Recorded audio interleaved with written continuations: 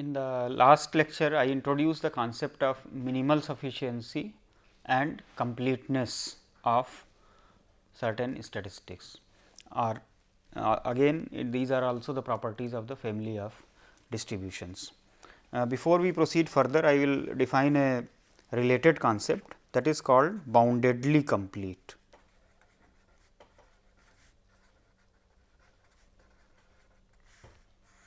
Boundedly complete statistic or boundedly complete family of distributions. So, we say that P is equal to P theta is a boundedly complete family of distributions if expectation of g x is equal to 0 for all theta and g bounded implies that probability of g x is equal to 0 is 1 for all theta. So, the difference from the definition of completeness is that there we wrote any function g. So, expectation g x equal to 0 for all theta and any function g, if that implies that the probability that the function is 0 with probability 1, then it was complete. If I impose the condition that g is bounded, then it will imply that probability of g x equal to 0 is 1, then it will be called a boundedly complete family of distributions. So, we can say that completeness implies bounded completeness.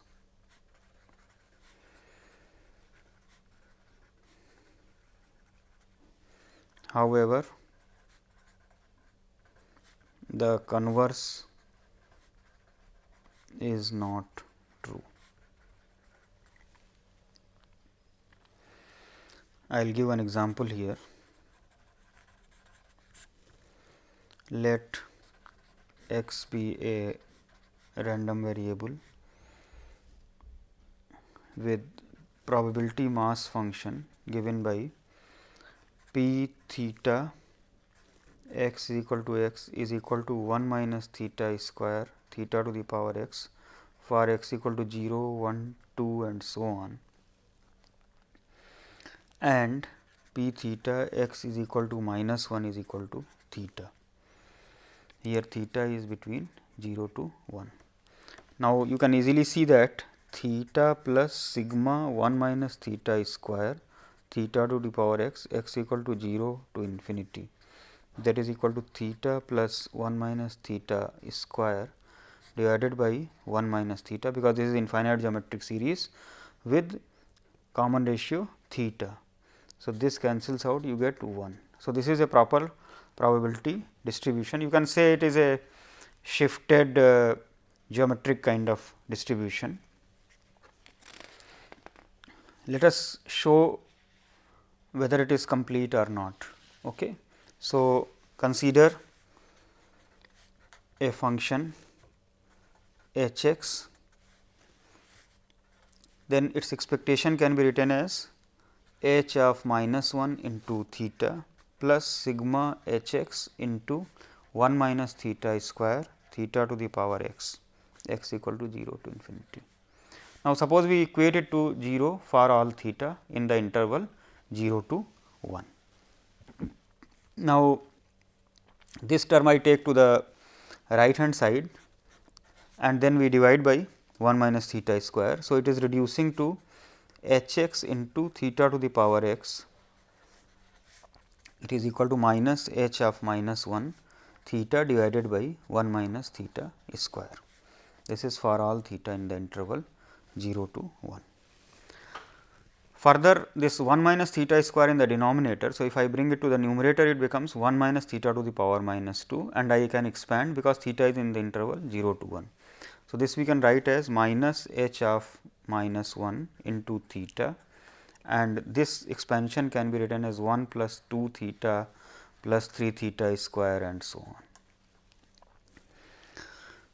Now, if I consider these two terms, the left hand side is a power series in theta and the right hand side is also a power series in theta. So, if I equate the terms, we get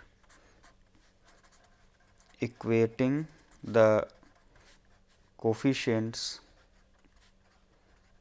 of the power series on both the sides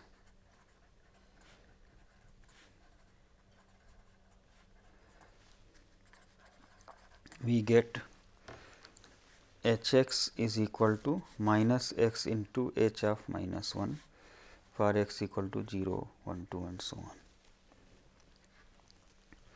Now, if h of minus 1 is bounded, then h of minus 1 must be 0, because if h of minus 1 is not 0, then this function is unbounded, because it will be x into some constant. So, for boundedness, the only possibility is that h of minus 1 is 0, which will imply h of x is equal to 0 for all x. That means, probability of h x is equal to 0 will be 1 for all theta in the interval 0 to 1. So, h is boundedly complete, not x is boundedly complete. But if h of minus 1 is not 0, then h of x is also not 0. This implies probability that h x is 0 cannot be 1. So, h is not complete, because expectation of h x is 0, but h x will not be 0 with probability 1. So, this is an example of a boundedly complete family of distributions, which is not complete.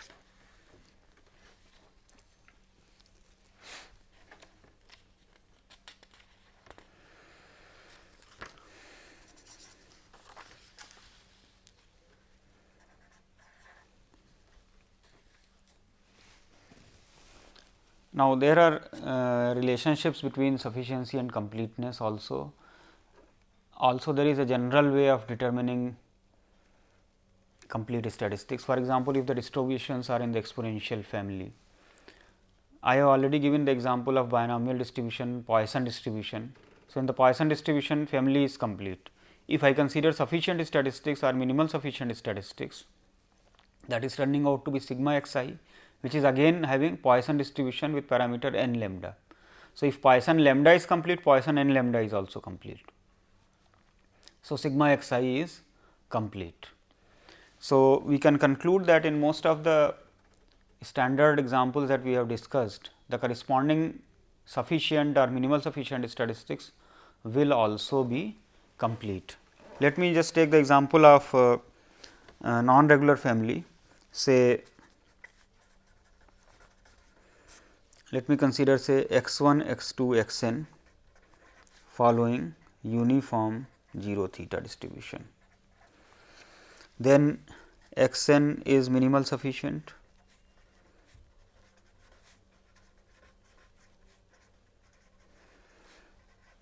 we prove that x n is complete. Let us consider the distribution of x n, that is n x to the power n minus 1 by theta to the power n 0 less than x less than theta, it is 0 elsewhere. So, if I consider expectation of say g of x n is equal to 0 for all theta, then this statement is equivalent to g x n x to the power n minus 1 by theta to the power n dx from 0 to theta is equal to 0 for all theta. Now, this is equivalent to saying a function of x over all the intervals 0 to theta is integrated to 0. Again, by the Lebesgue integration theory, it implies that g star must be 0 almost everywhere. This g star function I have taken to be this. So, this implies that g x is equal to 0 almost everywhere on 0 to infinity. This implies that probability that g x n is equal to 0 is 1 for all theta. So, x n is a complete statistic.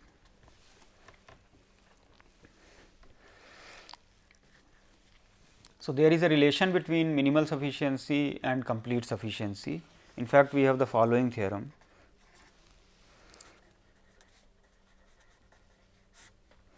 If T x is complete and sufficient, then T x is minimal sufficient. However, the converse of the above statement is not true.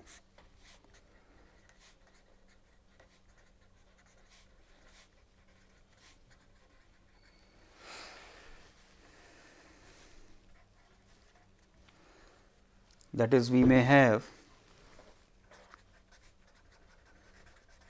example of say minimal sufficient statistic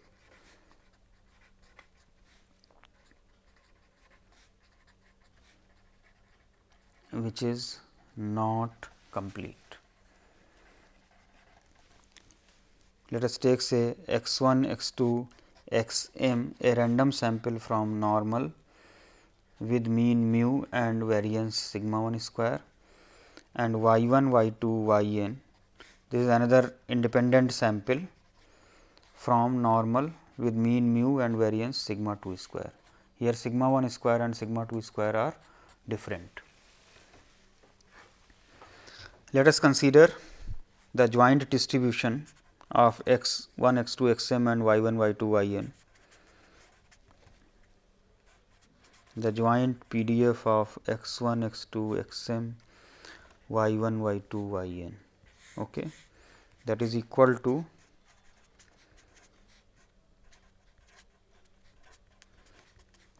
one by root 2 pi to the power m plus n, sigma 1 to the power m, sigma 2 to the power n, e to the power minus 1 by 2 sigma 1 square, sigma x I minus mu square minus 1 by 2 sigma 2 square, sigma y j minus mu square.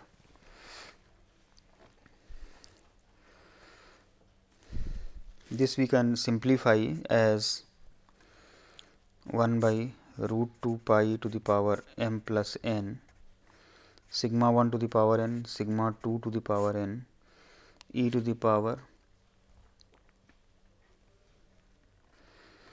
minus sigma x I square by 2 sigma 1 square plus m mu x bar by sigma 1 square minus m mu square by 2 sigma 1 square minus sigma y j square by 2 sigma 2 square plus n mu y bar by sigma 2 square minus n mu square by 2 sigma 2 square. So, if we apply the ratio by writing down this joint PDF at 2 points x y and say x prime y prime, then these terms will get cancelled out and we will be left with sigma x I square minus sigma x I prime square into parametric function, x bar minus y bar into the parametric function, x bar minus x bar prime, y bar minus y bar prime, and sigma y j square minus sigma y j prime square. So, if we write down this function here, say f x y mu sigma 1 square sigma 2 square divided by say f x prime y prime mu sigma 1 square sigma 2 square then that is equal to e to the power 1 by 2 sigma 1 square sigma x I prime square minus sigma x I square plus 1 by 2 sigma 2 square sigma y j prime square minus sigma y j square, then plus m mu or mu by sigma 1 square sigma x I minus sigma x I prime plus mu by sigma 2 square sigma y j minus sigma y j prime. So, this is independent of mu sigma 1 square and sigma 2 square if and only if we have sigma x I sigma x I square sigma y I square is equal to sigma x I prime square sigma y j prime and sigma y j prime square. So, T is equal to sigma x I square sigma y j square is minimal sufficient.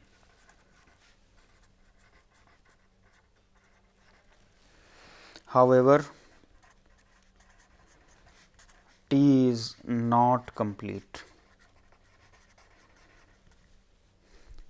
Let us consider G T as a sigma x I by m minus sigma y j by n.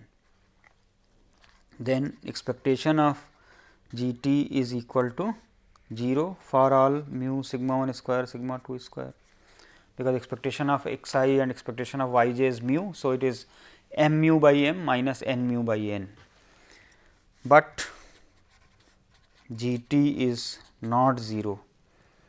Actually, probability that G T is not 0 is 1. Probability that G T is equal to 0 is actually 0. So, T is not complete. So, this is an example of a minimal sufficient statistic which is not complete. To determine complete statistics in general settings or to prove the completeness in general settings of exponential family, one only needs to check the kind of parameter space that we are having. So, we have the following general theorem which I will state without proof. For the proof, one can look at the book of Lehman, testing of hypothesis book. So, let x be a random vector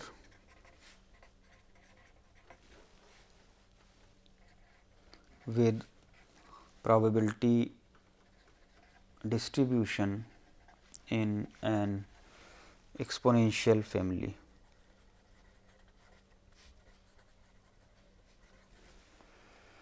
Say we write it in the form c theta e to the power sigma theta I t x into h x. So, here c theta is a function of parameter, h x is function free from parameter, and parameter is occurring in the exponent here theta is equal to theta 1 theta 2 theta k, that is it is belonging to r k. Let me say it belongs to omega and omega is a subset of r k. Let us write t as t 1 x and so on t k x. Then T is complete provided omega contains a k dimensional rectangle.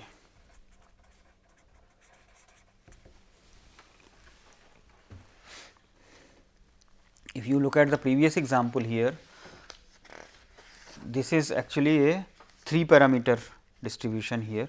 Here what we are getting is 1 by 2 sigma 1 square, or you can say 1 by sigma 1 square, mu by sigma 1 square, then 1 by sigma 2 square and mu by sigma 2 square. However, they are not independent. Actually, the parameter is 4 dimensional. If we write theta 1 is equal to say minus 1 by 2 sigma 1 square, theta 2 is equal to mu by sigma 1 square, theta 3 is equal to say minus 1 by 2 sigma 2 square, and theta 4 is equal to say n say mu by sigma 2 square. Then this is a 4 dimensional parameter, but there is dependency upon that. For example, given theta 1, theta 2 and theta 3, we can determine theta 4. So, the parameter space does not contain a 4 dimensional rectangle, and that is why we could actually show that this is not complete, T was not complete here. We have seen the application of sufficiency in estimation problems. We saw that if we have an unbiased estimator, we can certainly improve upon it by conditioning upon the sufficient statistics. The result was known as the Rao-Likewell theorem. Now, if we couple this concept with the completeness, we get a stronger result. In fact, we can reduce the problem to determination of the uniformly minimum variance unbiased estimator. The resulting result, which is actually associated with the name of Lehman-Shafi. So, I will couple the two results, Rao-Likewell and Lehman-Shafi, and we call it Rao-Likewell-Lehman-Shafi theorem.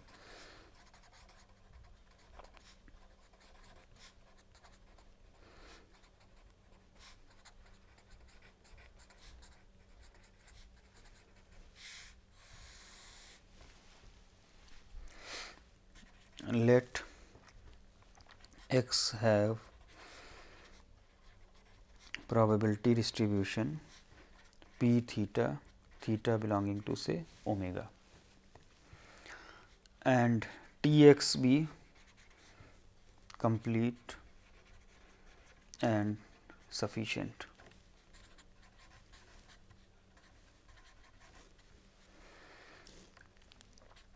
Then H t is UMVU of expectation of H t. Let us call it say g of theta. That means, for any estimable unbiased estimable function g theta, if I have an unbiased estimator which is dependent upon the complete sufficient statistic, then that will be actually UMVUE. Let us look at the proof of this. Let say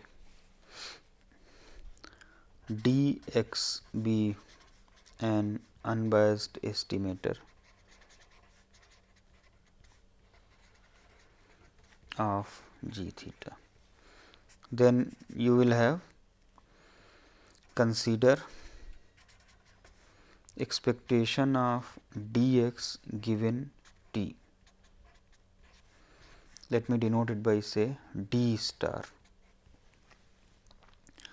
Since t is sufficient, d star t will be free from theta, because the conditional distribution of x given t is independent of theta.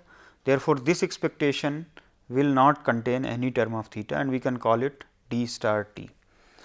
And so, d star t is d star t, suppose I write capital T here, this is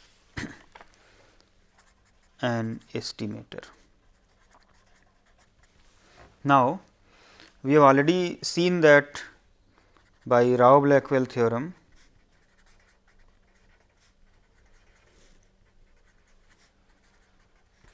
d star t is also unbiased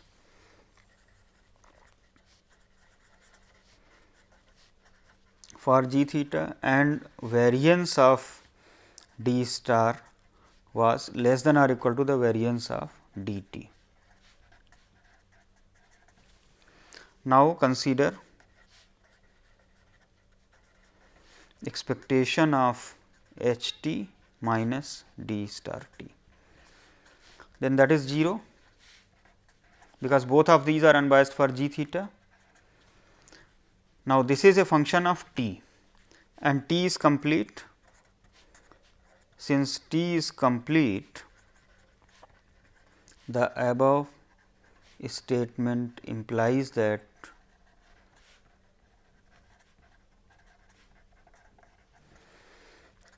H T must be equal to D star T with probability 1. Essentially, it proves that H T is a unique unbiased estimator of G theta. So, H T is UMVUE. Actually, G star D star is also UMVUE, but these two UMVUE differ only on a set of measure 0. Now, this result is extremely useful for finding out the UMVUEs. We have seen actually in the earlier method of lower bounds that many times whatever best unbiased estimator we are able to think of, the variance of that is not attaining the lower bound, whether we are considering the Fréchet-Rao-Kramer lower bound, Bhattacharya lower bound or Chapman's, Robbins, Kiefer lower bound, etc. In many of the cases we saw that the variance of the unbiased estimator was bigger than the lower bound, the corresponding lower bound. However, this method, when we are considering a function of complete and sufficient statistic, it immediately proves that the corresponding estimator will become uniformly minimum variance unbiased estimator. Essentially, what it is doing, it will actually show that the corresponding unbiased estimator is actually the only unbiased estimator available, except of course, on a set of probability 0. So, since it is unique, certainly it is UMVUE. So, if we go back to various problems where the lower bound was not attained, for example, if you consider normal mu sigma square, where mu is unknown and we were considering the estimation of sigma square. So, let us consider say x 1, x 2, x n follows normal mu sigma square, mu and sigma square are unknown. Okay. And we have this s square as 1 by n minus 1 sigma x I minus x bar whole square. This is unbiased for sigma square. Now, in this problem, x bar and s square is complete and sufficient. So, s square is UMVUE. We had noticed here that in this particular case, the lower bound that was attained by the method of Fréchet-Rao-Kramer, it was lower than the variance of s square. The variance of s square was 2 sigma to the power 4 by n minus 1 and the lower bound was 2 sigma to the power 4 by n.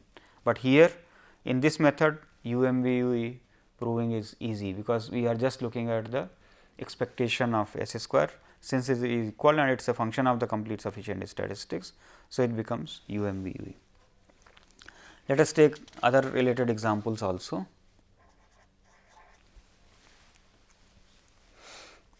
X 1, x 2, x n following uniform 0 theta.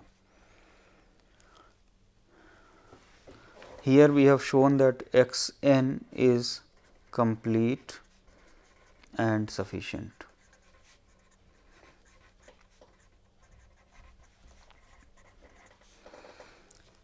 Now, if we look at expectation of x n,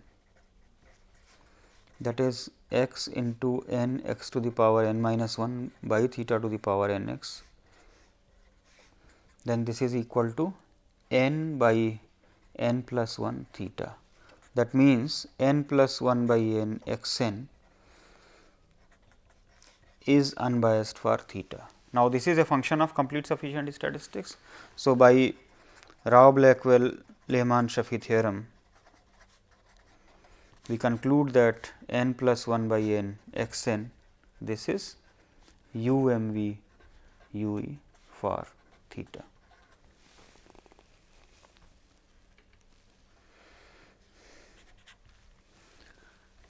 we have also seen the standard distributions like Poisson distribution, where for lambda we are able to derive the UMVU, but for lambda square we are not able to derive, or if I consider e to the power minus lambda, then we were not able to derive the UMVU, but using this method we can derive. Let me explain this here. Let us consider say x 1, x 2, x n following Poisson lambda distribution, lambda positive. Now, here x bar, or you can say sigma x I, this is complete and sufficient. Suppose I am considering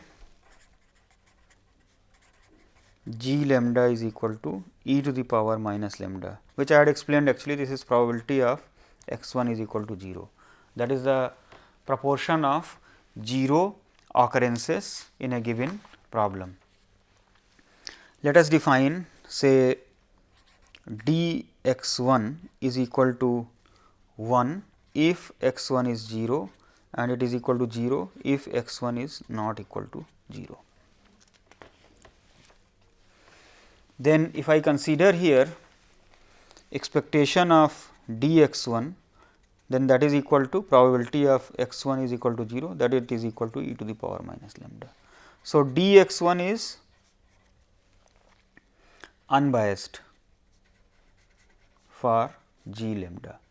However, this is not UMVU, because this is not a function of the complete sufficient statistic. So, if I apply the Rao-Blackwell-Lehman-Schaffe theorem, if I consider Rao-Blackwell-Lehman-Schaffe theorem, if I consider expectation of d x 1 given t, t is sigma x I or x bar we can write, then this is UMVU of g lambda. So, the only thing remaining is that determination of this function. We can determine it easily. Let us denote it by h t, expectation of say d x 1 given t is equal to small t. Then this is equal to expectation of, now d x 1 takes only two values 1 and 0. So, it is equal to probability of x 1 is equal to 0 given t is equal to t. Because d x 1 is equal to 0, then probability of x 1 is not equal to 0, but value 0 multiplied, then that value will not matter, x 1 not equal to 0 given t is equal to t. So, this term is vanishing. So, we need to only determine this conditional probability, that is probability x 1 is equal to 0, t is equal to t divided by probability t is equal to t, that is equal to probability x 1 is equal to 0. Now, this t is nothing but sigma x I is equal to 1 to n.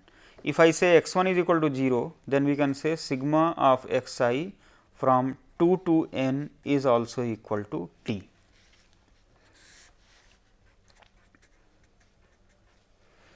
Now, here you notice that the sum of independent Poissons is Poisson. So, the distribution of t will be Poisson n lambda, and distribution of sigma x I is equal to 2 to n, that will be Poisson n minus 1 lambda. So, if we use this here,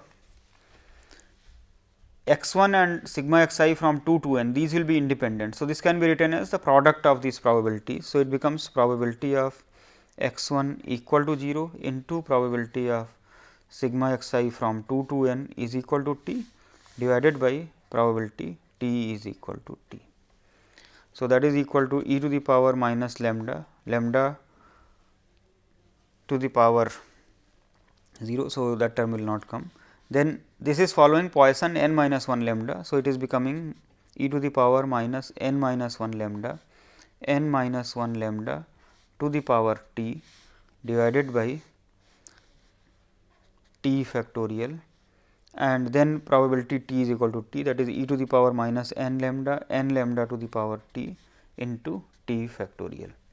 So, these terms get cancelled out and we are left with n minus 1 by n t. So, h t is equal to 1 minus 1 by n to the power t. This is UMVU of e to the power minus lambda.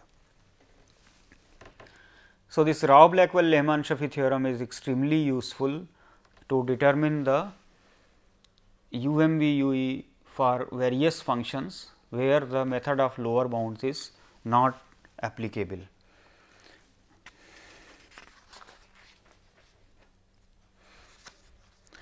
Before we discuss other examples, let me also give some further relationship between the completeness and independence, etc.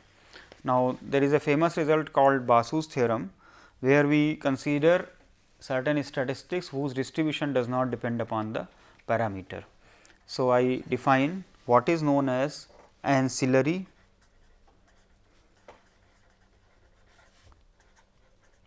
statistic. So, a statistic, let me call it V of x, is said to be ancillary if the distribution of ancillary for say parameter theta, if the distribution of V x does not depend on theta.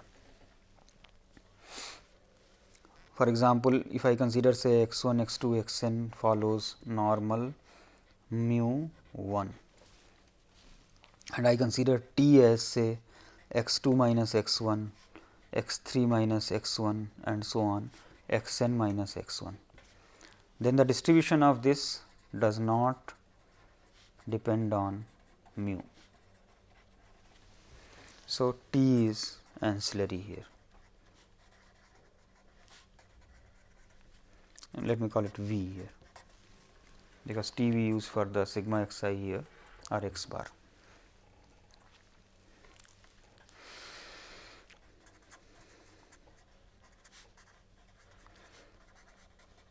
Then we have the following theorem called Baucis theorem, named after D. Baucis.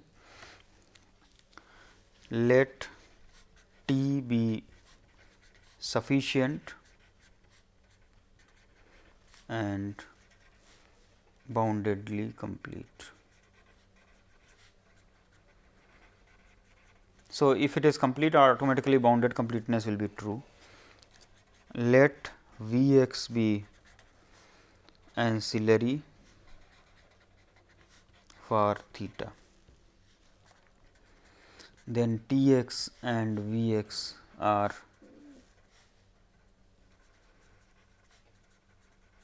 independently distributed.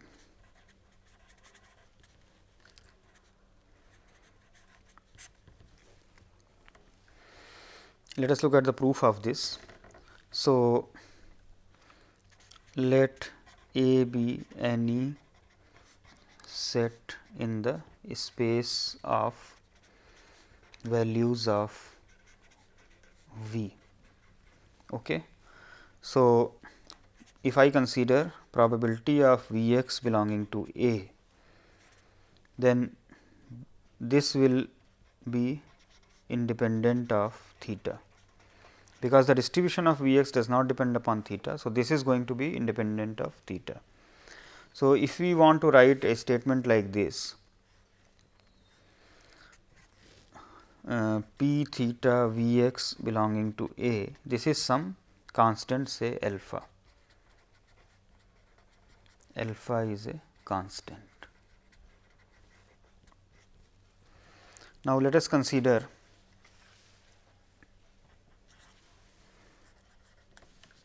a function, say w of t, that is equal to probability of V x belonging to A given t. Now, this is a probability. So, w is a bounded function. W is a bounded function. Now, let us consider expectation of w t minus alpha. Now, what this is going to be? this is expectation of probability V x belonging to A given t. Now, this expectation is over what? This conditional probability is a function of t. So, this is expectation over t minus alpha. Now, this will become nothing but probability of V x belonging to A minus alpha, which is actually equal to 0 for all theta.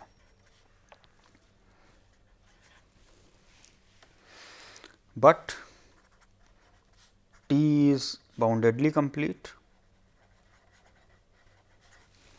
t is boundedly complete. So, this implies that probability that W t is equal to alpha must be 1. But what is this statement? This statement is equivalent to saying probability of V x belonging to A given t is equal to alpha. What was alpha? Alpha was probability V x belonging to A. That means, the conditional probability of V given t is same as unconditional probability of V. This is with probability 1. So, t and V are independently distributed.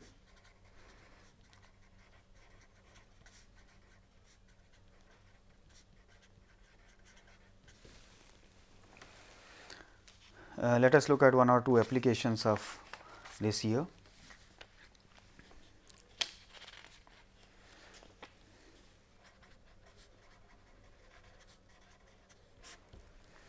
So, if we consider this problem here,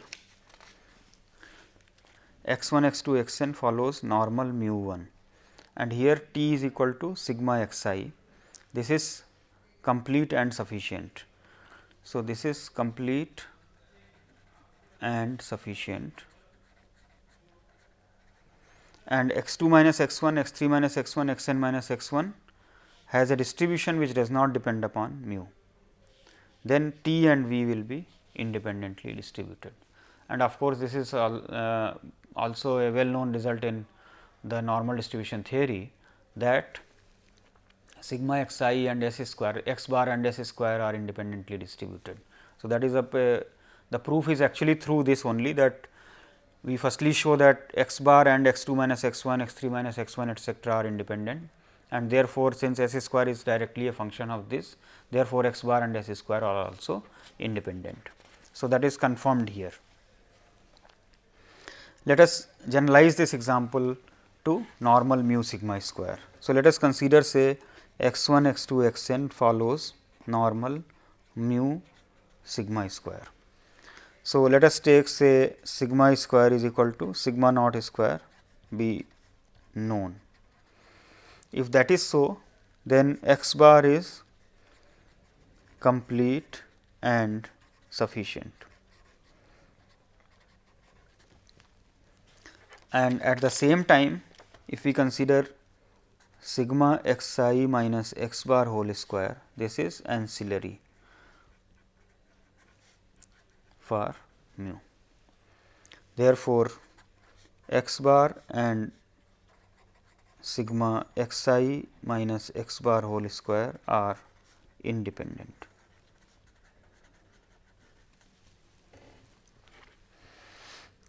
Now,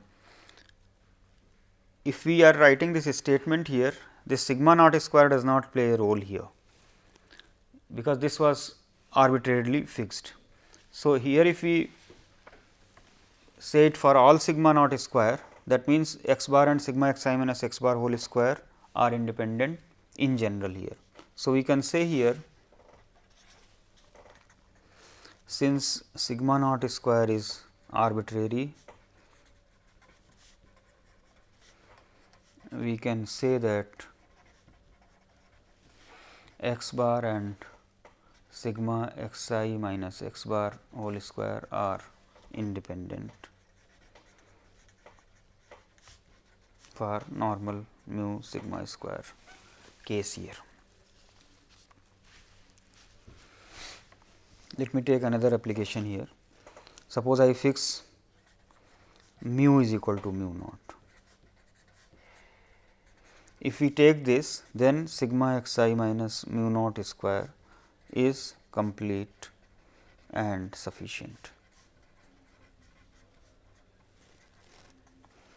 Let V be of the form say x bar minus mu naught divided by square root sigma xi minus mu naught square.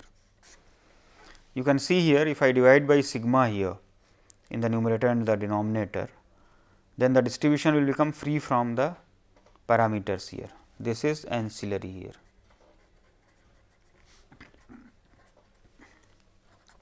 So, sigma xi minus mu naught square and V, they are independent here.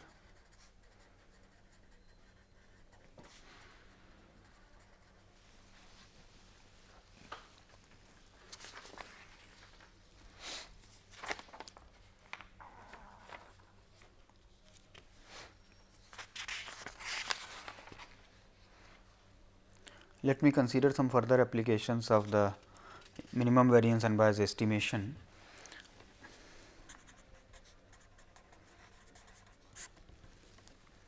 Let x have hypergeometric distribution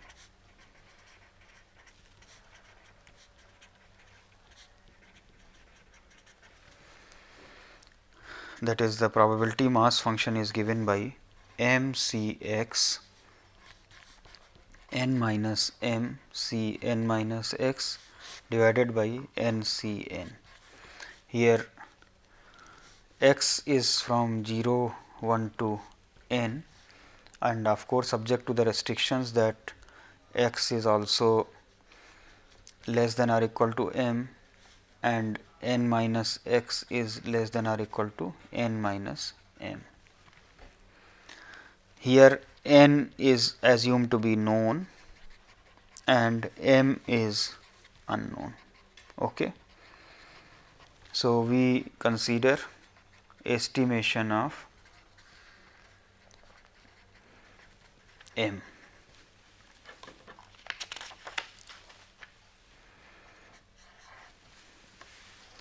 So, if we write down the distribution, it is already in the factorizable form. So, x is certainly sufficient. Okay. So, x is sufficient here. Let us look at the completeness. To check completeness of x, let us take expectation of a function of x is equal to 0. Then that is equivalent to saying g x m c x n minus m c n minus x divided by n c n is equal to 0 for x equal to 0 to n, subject to those conditions here for all m. If I take m is equal to 0 here, then this will give me g 0 is equal to 0. If I take m is equal to 1, then that will give me g 0 n minus 1 c n plus g 1 n minus 1 c n minus 1. Now, g 0 is 0, that means g 1 is also 0. So, by induction we can prove that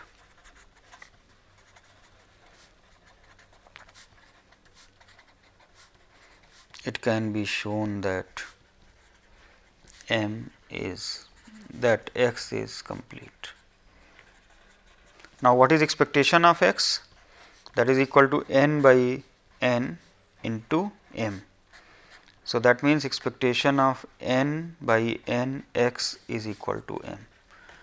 So, x is complete and sufficient, and this is an unbiased estimator of m.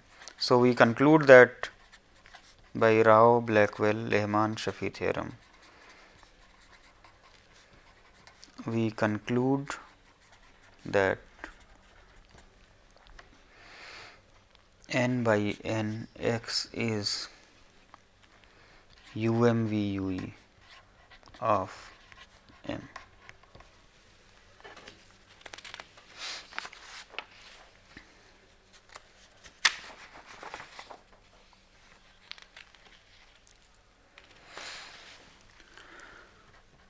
let me give one more application. Let us consider, say, a random sample from a binomial distribution with parameter, say, k and theta, where k is known. Let us define a function, say, g theta is equal to probability of 1, that is k theta into 1 minus theta to the power k minus 1. We want the unbiased estimator of this. Let us define a function, say, h x 1 is equal to 1. If x 1 is equal to 1, it is 0 if x 1 is not equal to 1. Then expectation of h x 1 is equal to g theta. So, by Rao-Blackwell-Lehman-Shafi theorem, psi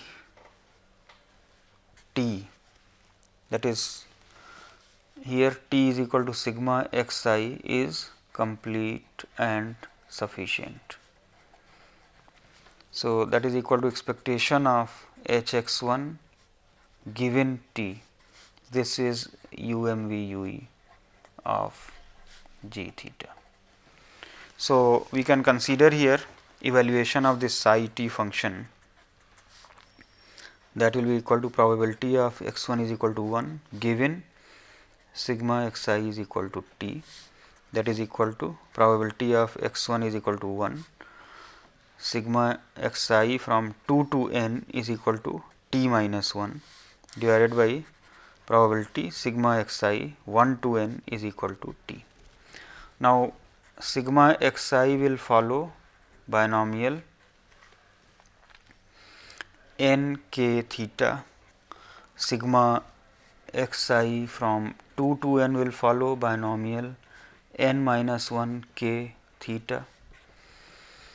So, if we substitute these values here, probability of x 1 is equal to 1 into probability of sigma x I 2 to n is equal to t minus 1, probability sigma x I is equal to t 1 to n, then that is equal to k theta into 1 minus theta to the power k minus 1, and then this is equal to k into n minus 1 c t minus 1 theta to the power t minus 1 1 minus theta to the power k into n minus 1 minus t minus 1 divided by k n c t theta to the power t into 1 minus theta to the power k n minus t.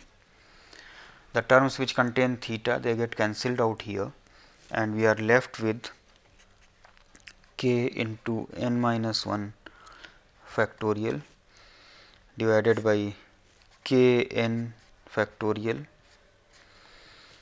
into k t into k n minus t factorial divided by k n minus t minus k plus 1 factorial. So, if we consider this function here, that is the UMVU of g theta here.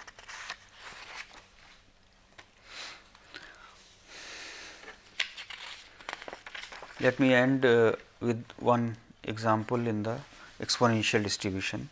Suppose we have a random sample from exponential distribution with parameter, say, lambda, and we are looking at the reliability function R t is equal to e to the power minus lambda t.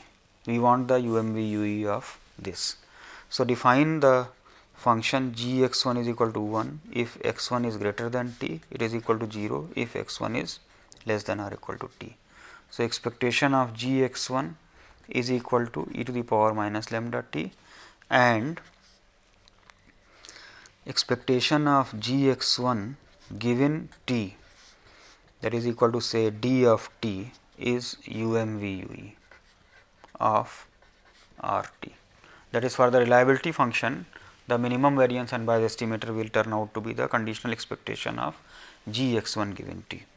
So, if I evaluate this, that is nothing but probability of x 1 greater than t given t is equal to t, where t is equal to sigma xi here. Now, here we need the conditional distribution of x1 given t. In the discrete case, we were able to write down it as the joint probability divided by the probability of this term, but in the case of continuous distribution we cannot write that statement. So, what we do, we derive the conditional distribution of x1 given t, and this distribution can be easily derived. The conditional distribution of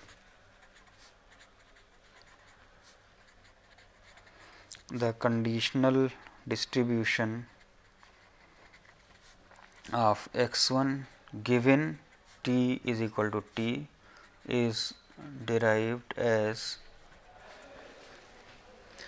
f of x1 given t is equal to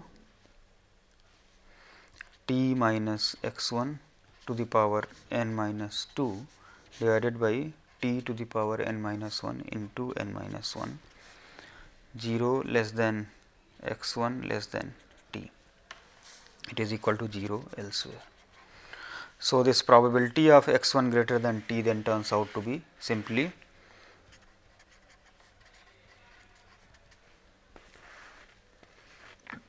one minus minimum of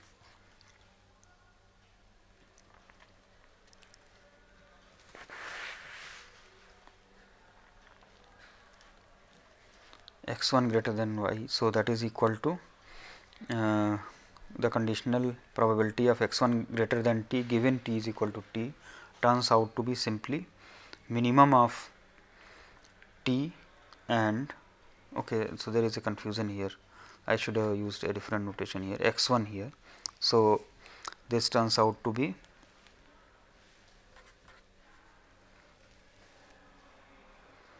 there is a problem here. Let us use a different notation y here, and this is y.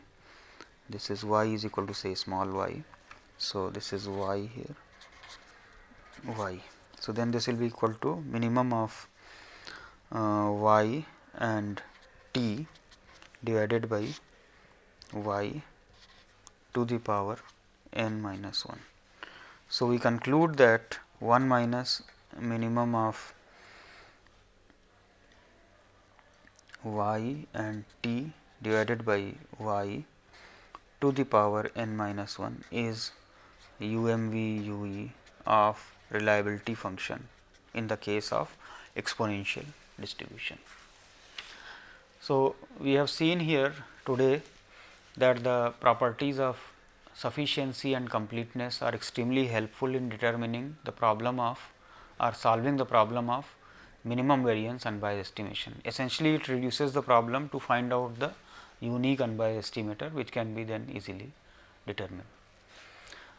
In the next class, we consider the different approaches to the estimation. There is a approach of invariance and then Bayesian and min-max estimation I will be introducing in the next classes.